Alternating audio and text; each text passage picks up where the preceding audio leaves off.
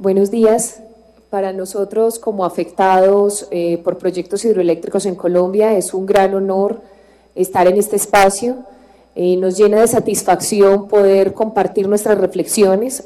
Son reflexiones construidas de manera colectiva en el fragor de la lucha y en esa lucha permanente hemos tratado de encontrar el origen o las causas o los debates estructurales que habría que dar, porque precisamente en medio de las movilizaciones sociales hemos hecho exigencias muy puntuales y es también el origen de esta audiencia y una gran preocupación por la manera como se ha abusado de esta figura, desalojando a las comunidades barequeros, campesinos, arrieros, pescadores y pescadoras, cocineras en el cañón del río Cauca en Antioquia.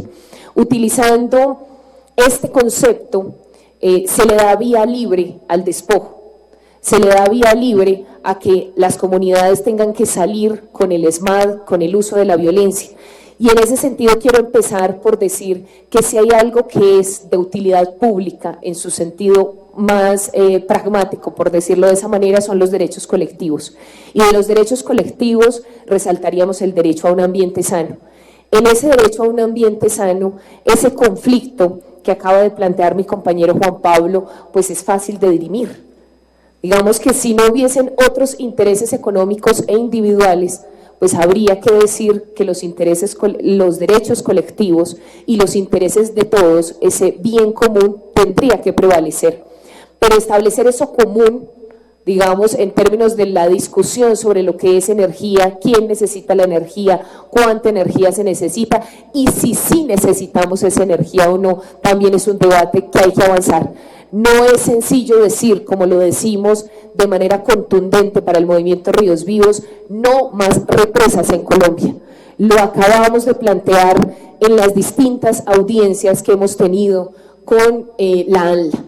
Y ese es también este debate estructural. No más represas, consideramos que las represas no son de utilidad pública y están vulnerando un derecho colectivo.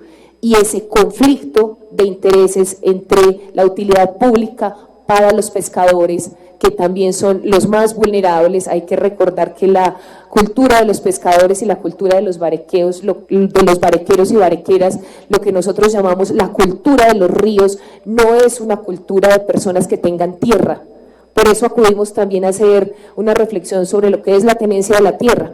No son personas que tengan una tradición en la que sea la tenencia de la tierra su prioridad. Eso no quiere decir que no sean campesinos y campesinas, eso quiere decir que la ruralidad es diversa, las formas de habitar en la ruralidad, de vivir la ruralidad son múltiples y en esa medida resaltar en esa diversidad otras formas de habitar el campo colombiano.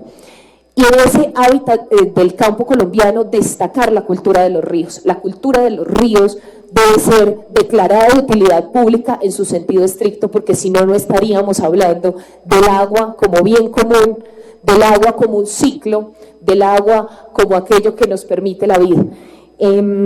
Para nosotros es muy frustrante que se ha utilizado una figura que nosotros resaltamos, que nosotros consideramos que hay que saber, digamos, orientar para este país. Es muy frustrante que se use para que se desaloje a la gente.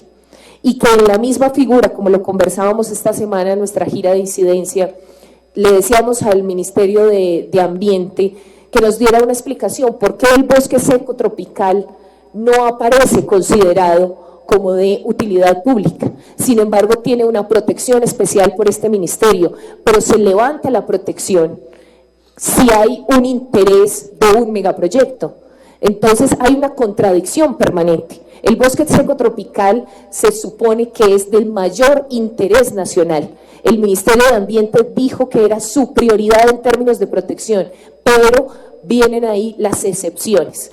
Es decir, de excepción en excepción vamos vulnerando los derechos colectivos, vamos vulnerando los derechos individuales y la pregunta concreta es ¿por qué no aparece eso en la declaratoria de utilidad pública de un megaproyecto como Hidroituango? ¿Por qué no aparece con toda la claridad y contundencia que se prefiere para este país, que sea elegido por parte de su gobierno que no sea el bosque seco tropical para el mundo trascendental, no solo para Colombia, para el mundo porque está en vía de extinción, sino que es la generación de energía, que no es la cultura cañonera, que no es la cultura ancestral, sino que es la generación de energía. Nosotros y nosotras consideramos que eso debe quedar con toda claridad esas decisiones y no de manera oscura que nos hagan entender precisamente que esos intereses no son claros. Cuando no queda en una declaratoria... Tienes un minuto. Bueno, cuando no queda en una declaratoria completamente claro qué es lo que se está dejando de lado, cuáles son esas decisiones en esa tensión.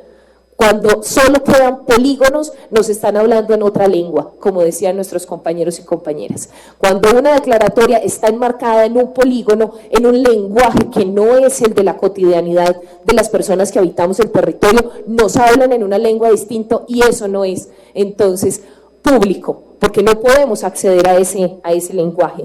Finalmente, decirles que hay una manera de utilizar también los principios básicos de Naciones Unidas. El movimiento plantea que deben ser asumidos con toda rigurosidad por el Estado colombiano en todos los megaproyectos, para que no se convierta en esto en un desplazamiento por el desarrollo, sino que efectivamente haya garantías de derechos y que esos principios básicos no sean interpretados al libre albedrío de las empresas como hoy lo hace Empresas Públicas de Medellín, que nos dice que los principios básicos de Naciones Unidas solo aplican para quienes ellos decidan. Muchas gracias.